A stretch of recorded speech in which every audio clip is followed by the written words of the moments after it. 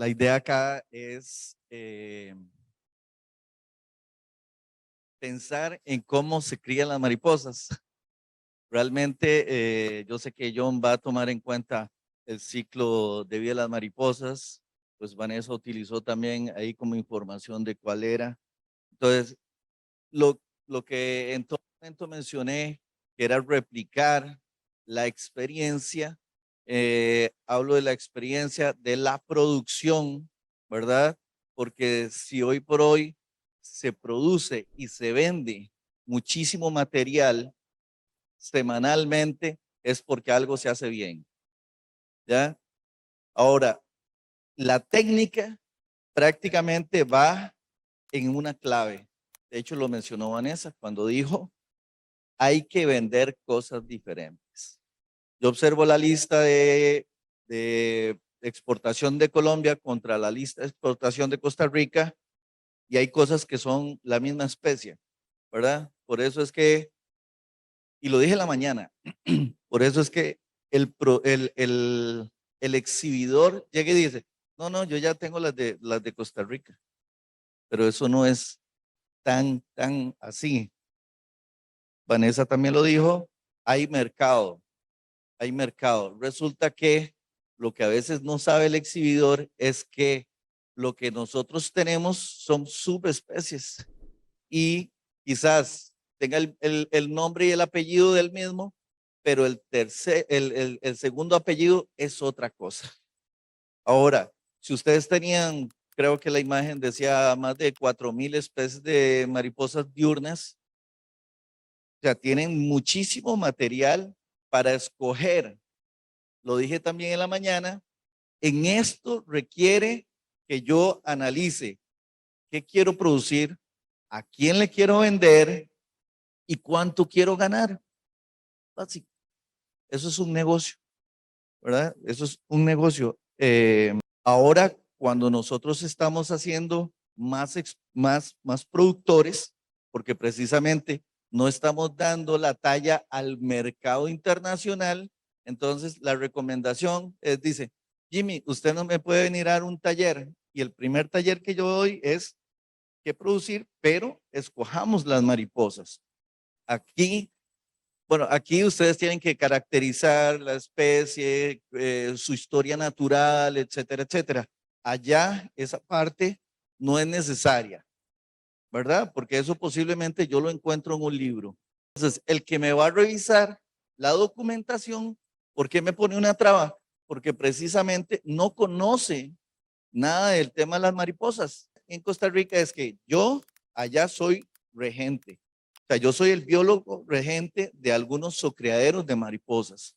Entonces, yo hago toda la documentación técnica, hago el plan de manejo, todo, o sea, toda la información es, o sea, entonces, allá hay una cierta ventaja que es que pueden hacer un check.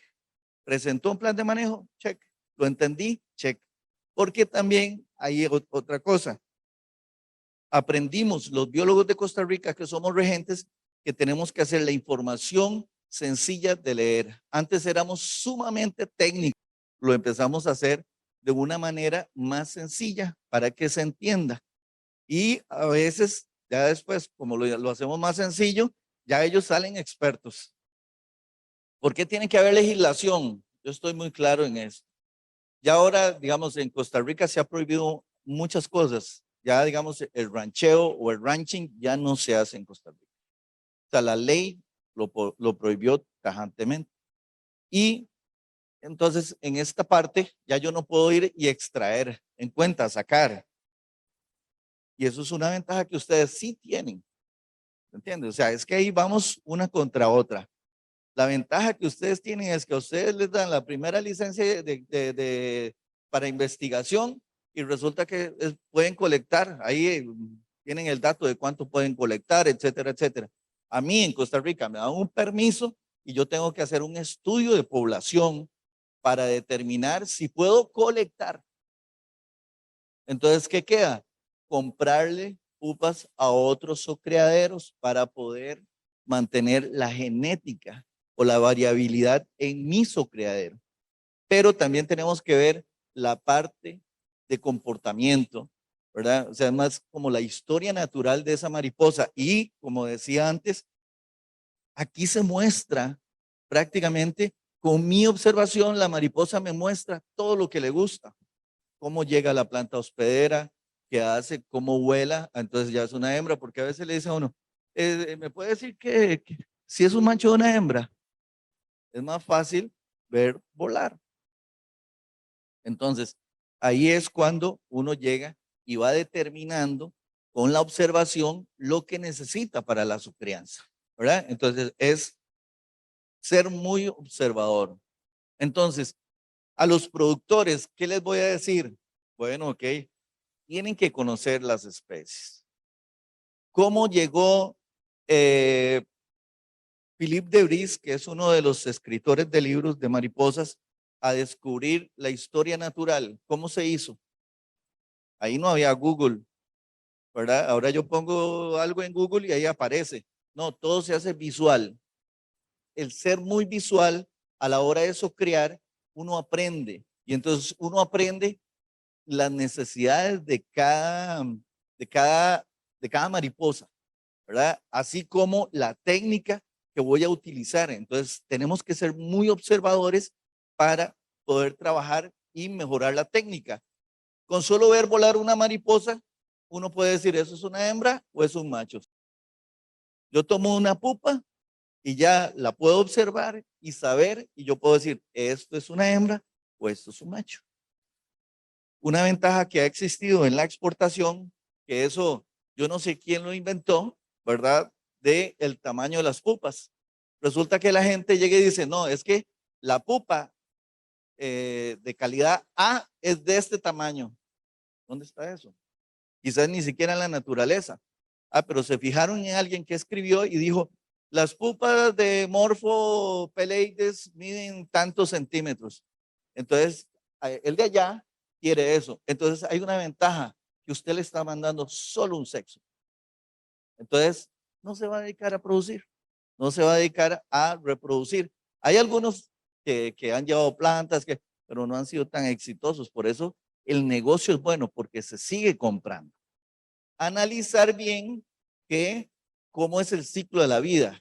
A mí me dicen, Jimmy, yo quiero un mariposario donde las mariposas me duren un año. Bueno, no va a pasar eso. Pero, ¿qué le diría yo? Meta solo machos, no compre hembras, no ponga plantas hospederas, solo alimento. ¿Por qué? Lo dije en la mañana también. Yo he experimentado con Caligua-Atreus 9 meses un individuo ahí volando en un mariposario. Ahí. Y no se desgasta, está ahí tranquilo. Pero, ¿por qué? Porque no ha encontrado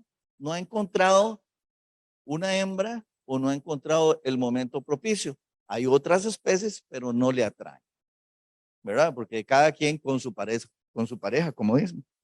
Entonces, ahí es donde tenemos que analizar que si alguien quiere solo machos o solo hembras, ¿verdad? Entonces, de ahí es que yo tengo que analizar qué compra un exhibidor, ¿verdad? ¿Cuánto quiere y cada cuánto quiere? Porque en el proceso ellos nunca van a tener el control total de las mariposas. Entonces siempre se van a morir, pero digamos, un exhibidor busca que si hay muchas mariposas volando, que vuelen despacio, que muestren sus colores, que sean como la morfa, ¿verdad? La morfa es como así, ¿verdad? Ahí va volando suavemente, entonces se puede apreciar. Pero yo le puedo tomar una foto ahí, casi que es imposible. ¿Qué necesito? Que se pose. ¿Y qué necesito aparte de que se pose? Que yo pueda acercarme, tomarle una foto. ¿Me explico? Si la gente me dice, es que yo quiero ver millones de mariposas volando. Ah, ok, ya eso es otra cosa. Entonces yo ahí tengo que hacer una relación y llegar y decir, bueno, ok, tanto de altura, tanto de largo, tantos metros cúbicos, tantos individuos por metro cúbico, ahí ya cumplió, esa es la fórmula. Muy sencillo, eso es como cuando a uno le dicen, ¿cuál es la capacidad de carga de mi mariposario?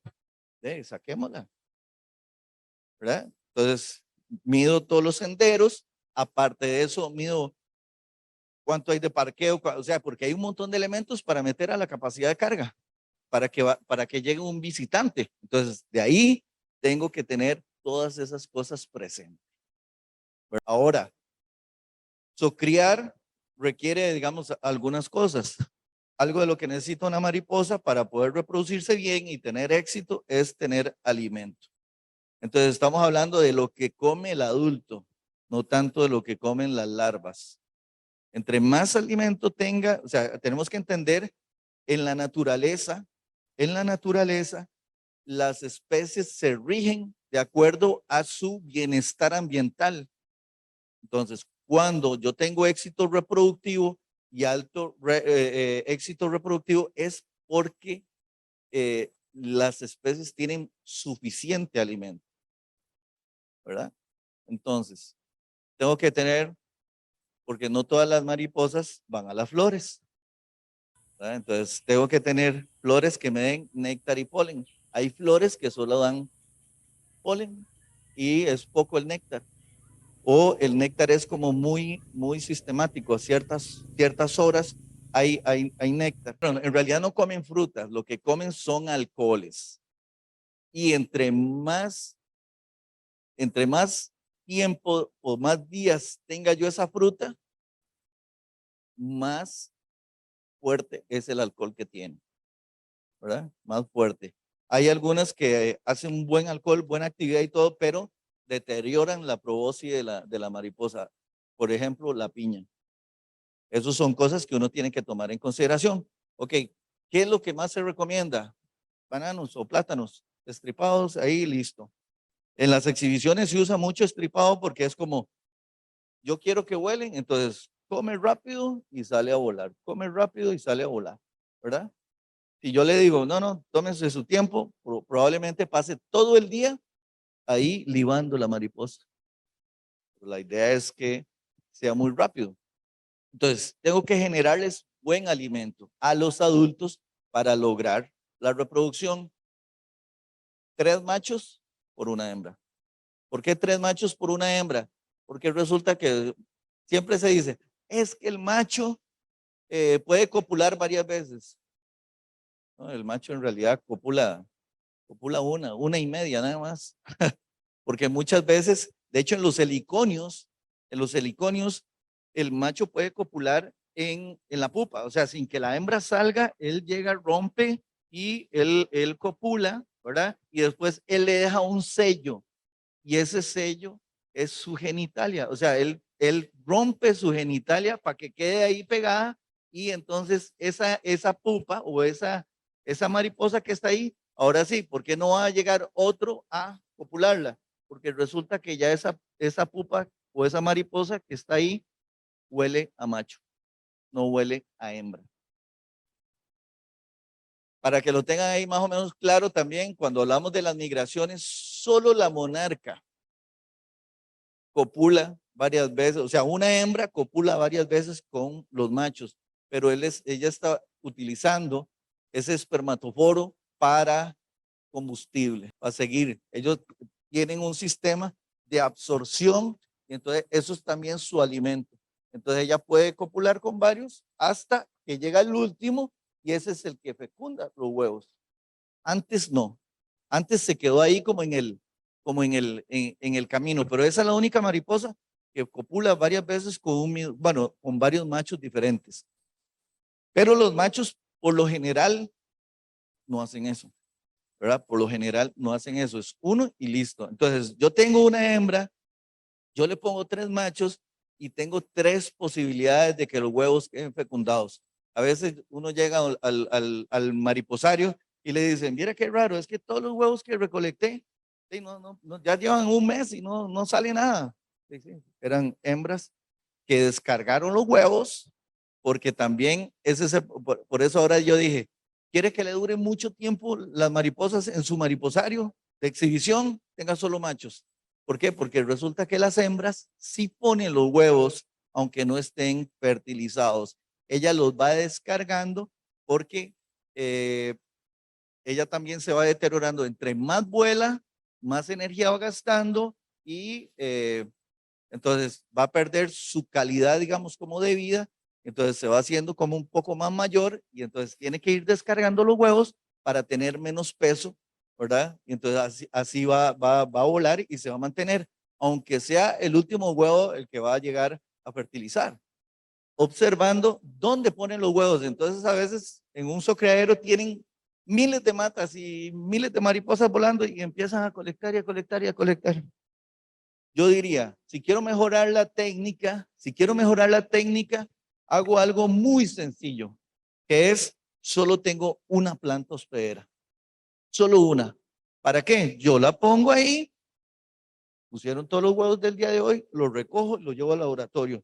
Mañana pongo otro y lo llevo al laboratorio. Así es como debería ser la técnica, porque yo tengo que también maximizar la eficiencia de las horas hombre, ¿verdad? O de las horas persona que tengo ahí en el mariposario.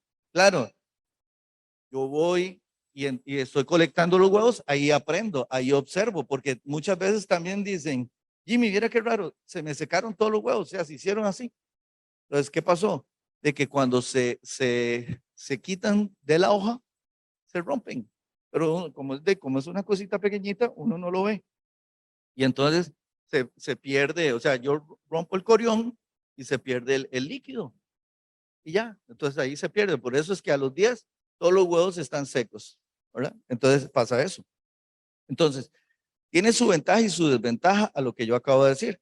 Cuando yo solo pongo la planta y la quito, tengo menos tiempo de observación. Cuando hago todo el proceso, obviamente tengo tiempo de aprendizaje. Pero cuando ya yo tengo el tiempo del aprendizaje, ahora sí, o sea, imagínense que uno salga de la universidad y tenga que seguir con los libros aquí debajo, para arriba y para abajo, ¿cierto? O sea, es ilógico, ¿no? Entonces, uno se prepara las primeras veces o en el primer momento y a partir de ahí es cuando ya después uno va maximizando la técnica y yo puedo llegar y decir, ¿cuál es la técnica que más necesito? La morfo solo pone un huevo y se va. Por eso ella dura más tiempo. O sea, las mariposas que ponen los huevos individuales duran más tiempo. Las que los ponen como amadrías, que pone líneas de huevos o no sé, Dion y Juno, que, sí, que pone todos los huevos juntos, pero entonces, como yo veo eso en el laboratorio o en mi mariposario y lo puse ahí, entonces yo dejo que en esa misma mata todas las larvas estén comiendo. Y hay plantas hospederas y hay plantas alternativas. O sea, hay plantas que yo le puedo dar de comer a una larva porque no tengo su planta real hospedera, pero sé que come esa otra cosa. Ok, entonces, si yo dejo una hoja cargada de huevos y empiezan las larvas pues a comer, si les cae una plaga, una enfermedad, lo que sea, un hongo, un virus, se les van todas las larvas. Ya, no es que se les van, se les muere, ¿verdad? Se mueren todas. ¿Por qué? Porque en la realidad yo puedo hacer un ejercicio aquí, si tuviéramos un laboratorio y yo le hago a esto aquí, que nunca he estado en contacto con mariposas, y yo saco una muestra de aquí hay una vaina que se llama Bacillus thuringiensis. Ahora tal vez sale por ahí la foto. El Bacillus thuringiensis es el mayor depredador de mariposas. ¿Por qué? Porque es una bacteria que entra al cuerpo de la mariposa, lo estimula las plantas para que crezcan ahí, ¿verdad? Esa es como la manera de la planta defenderse y entonces se me convierte en una plaga. Ahora, si yo no me aseo bien las manos, es como en el tema de la pandemia. Vamos a estar repartiendo el virus a todos. Entonces, si yo estoy trabajando esta caja de larvas, cuando termine, uy, qué pereza ir hasta allá a lavarme las manos. Posiblemente siempre dicen eso y van a esta otra y entonces ya contaminaron de aquí a aquí, de aquí a aquí, de aquí a aquí, de aquí a aquí y se contamina todo. ¿Ya? Entonces, ¿qué es lo más correcto? Cada vez que yo manipulo un cajón, porque yo tengo que ver al huevo, lo tengo que ver como $1, por decirlo de una manera.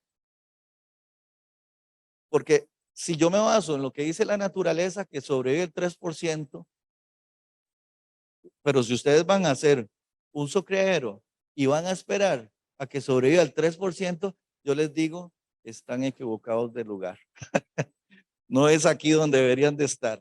Pero si ustedes ven cada huevo como una mariposa, que es así, ustedes van a tener una alta producción.